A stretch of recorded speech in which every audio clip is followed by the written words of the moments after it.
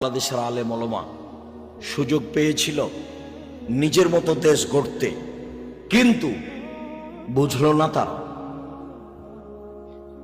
নিজ নিজ স্বার্থে নেমে গেল।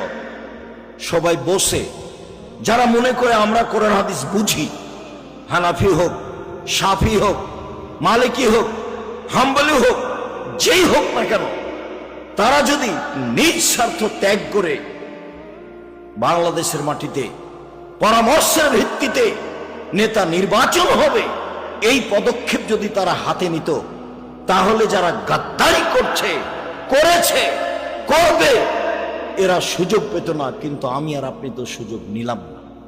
শুধু খালি ছেলেগুলো জীবন দিল, মানুষগুলো জীবন দিল, পানি লাগবে, পানি লাগবে, পানি লাগবে। সুযোগকে মাটির সাথে মিশিয়ে দিল। সবাই নিজ নিজ স্বার্থ নিয়ে চলল ধর্মের নামে। অবাক কথা, দেশের মুরগি জ্বালিয়ে দিয়ে ইন্ডিয়া থেকে ডিম নিয়ে আসতে হবে, এরাও নাকি দেশ চায়।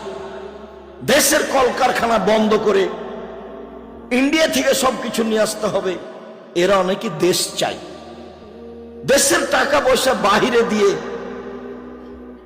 দেশের শাসন ব্যবস্থা চালাতে হবে, এরাও নাকি দেশ চাই। এর চেয়ে ধোঁকাবাজি, এর চেয়ে মুনাফেকি, এর চেয়ে জুয়াচুরি, এর চেয়ে শয়তানি আর কি হতে পারে?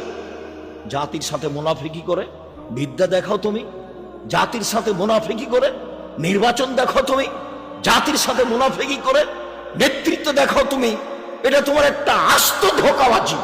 মুখে এক, ভিতরে আর এক, মুখে এক, ভিতরে আর এক।